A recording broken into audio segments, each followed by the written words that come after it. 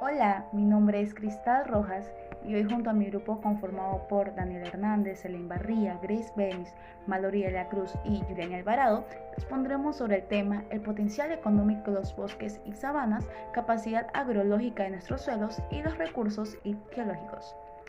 Empecemos por el concepto de bosques.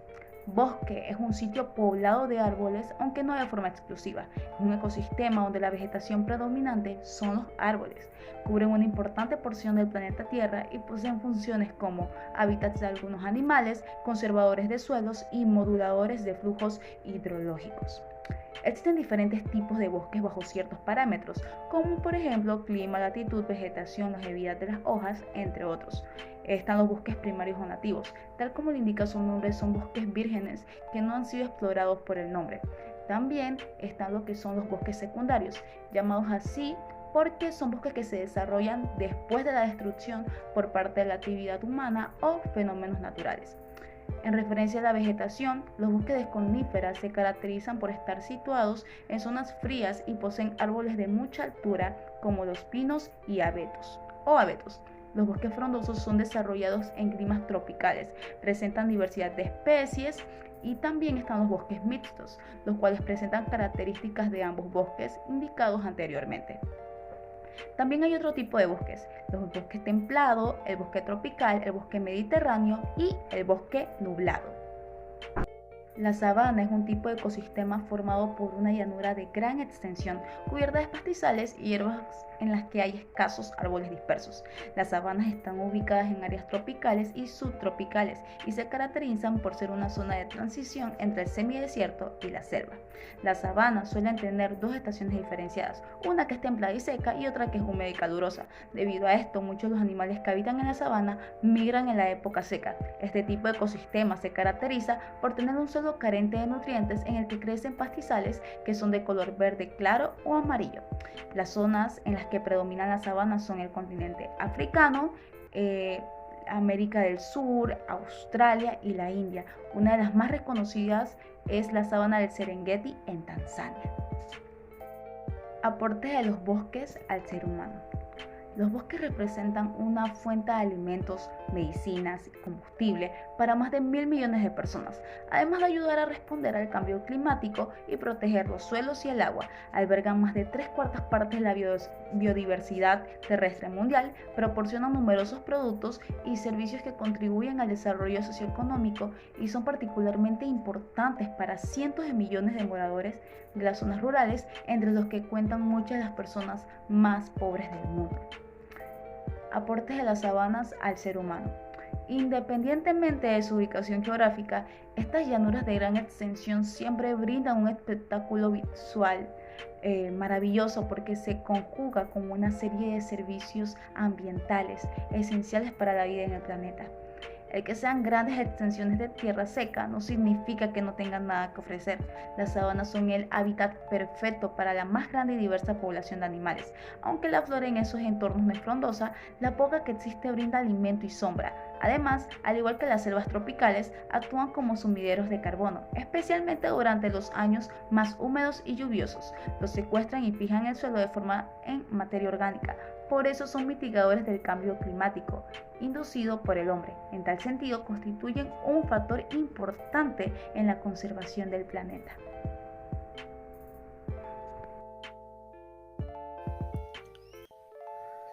¿Qué aportes económicos traen los bosques al país? ¿Se les saca el debido provecho a estos recursos? Bueno, la mayor parte del aporte económico y el potencial de los recursos forestales aquí en Panamá se lo lleva a lo que son los bosques de Darién y de Panamá Oeste, que prácticamente abastecen el mercado un 95% en lo que es la materia prima. La industria de transformación forestal panameña aquí está constituida principalmente por aserraderos, fábricas de tableros, talleres de ebanistería y carpintería. ¿Qué aportes económicos traen las sabanas? ¿Se les saca debido provecho a estos recursos? Bueno, en la parte de lo que es la sabana se divide en dos secciones, en la parte de agricultura y en la parte de ganadería. Primero en la parte de agricultura, aquí en Panamá pues los alimentos que más se difunden son lo que son el maíz, el frijol y el arroz. Y estos coinciden con las mayores alturas de las cordilleras central, desde Chiriquí hasta Coclé. Bueno, ahora pasamos a lo que es la parte de el aporte económico que tiene las sabanas en lo que es la ganadería. Pues aquí, más que una cultura de labradores, lo que se dedica aquí en Panamá es prácticamente a lo que es la cría, una actividad extensiva que requiere mano de obra y tecnología aún la más rudimentaria.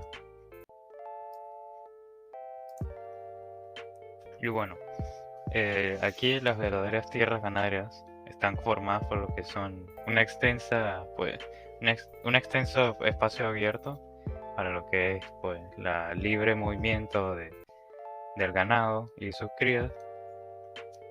También lo que tenemos son la sucesión de llanuras más aluviales y llanos secos, que se encuentran prácticamente alrededor de la capital de la ciudad, que son La Chorrera y Capira. Vida boscosa en Panamá.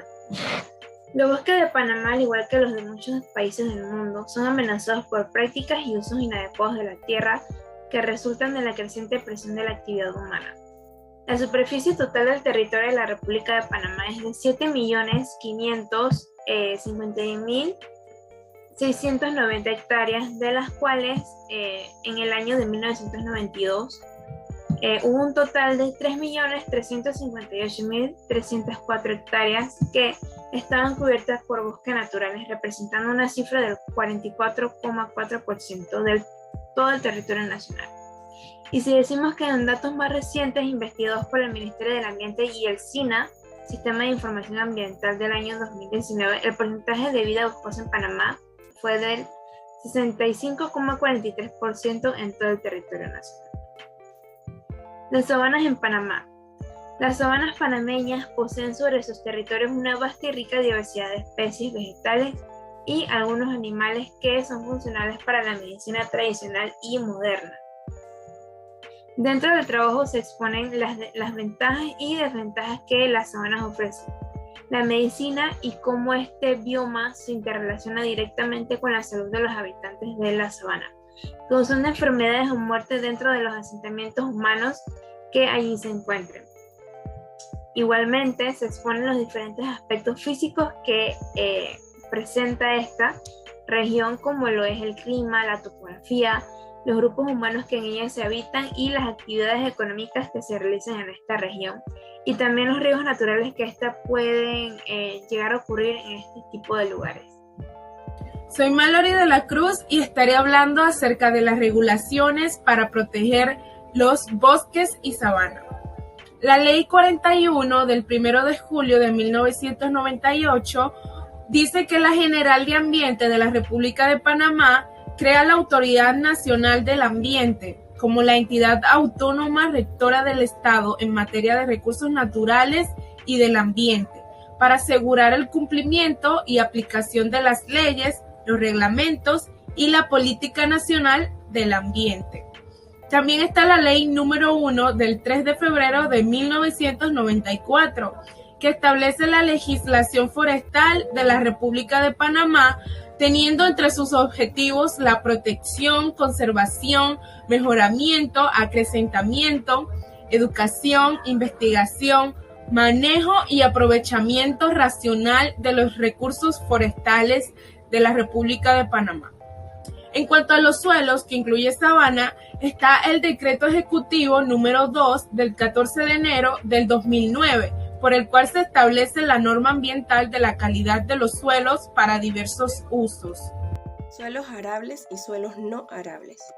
La clasificación universal sobre la capacidad agrológica de los suelos establece 8 categorías o clases, en base a las limitaciones que presentan para su uso, como son la profundidad, topografía, fertilidad, riesgos a la erosión y las inundaciones, pedregosidad y salinidad, entre otras.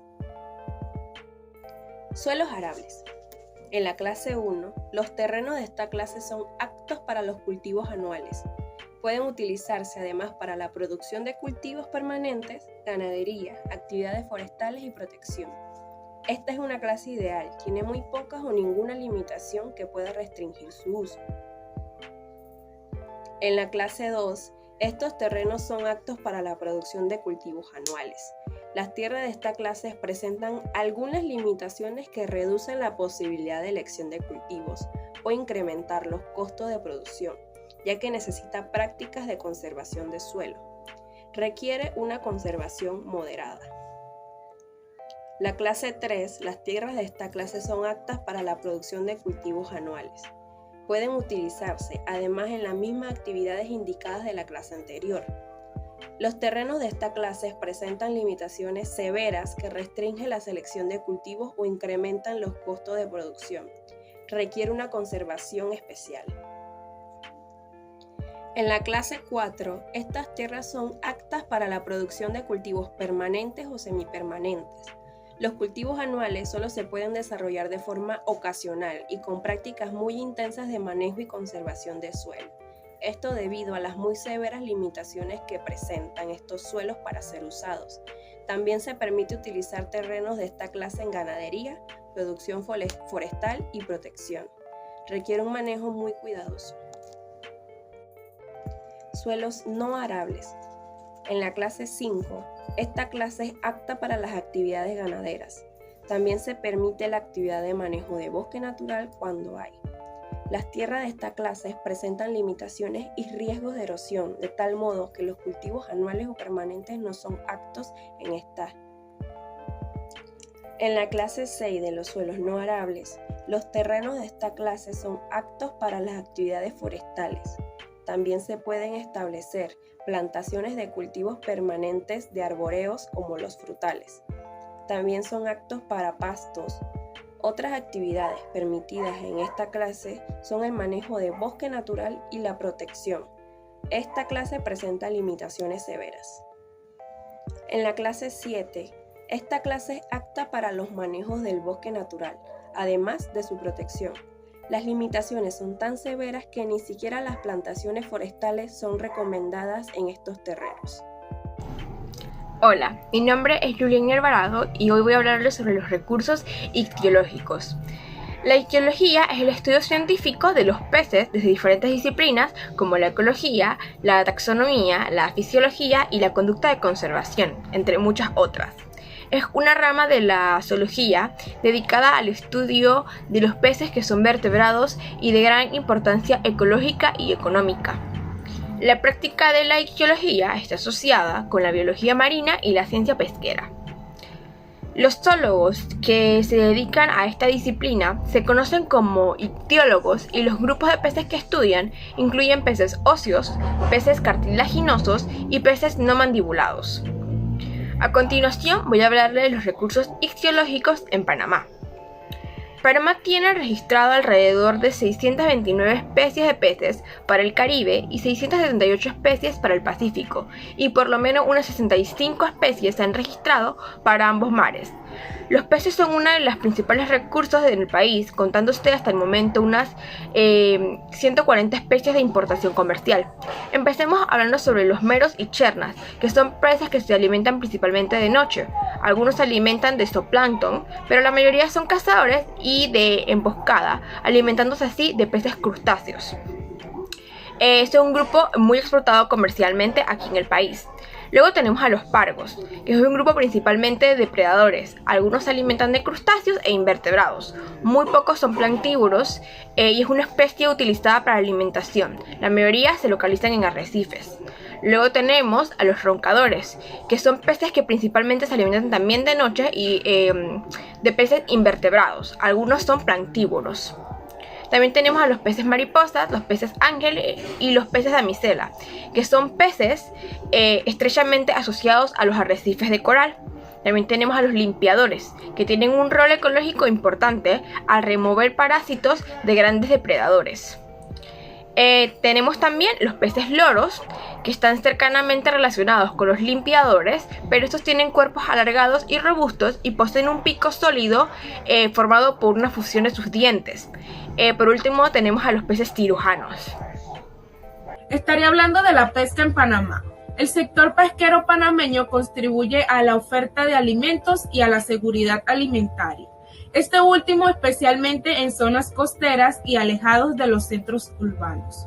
En muchas zonas costeras la pesca contribuye al único medio de la vida para miles de personas, por el cual ellos obtienen una ganancia. El consumo anual de pescado por habitante ha sido entre 10 y 14 kilogramos en los últimos años, siendo este uno de los más altos en Centroamérica. El impacto del sector sobre el balance de divisas es altamente positivo y los productos pesqueros son el segundo rubro de explotación después del banano. Las exportaciones de productos pesqueros alcanzaron un máximo de 439 millones en el año del 2004, bajando a 177 millones en 2016.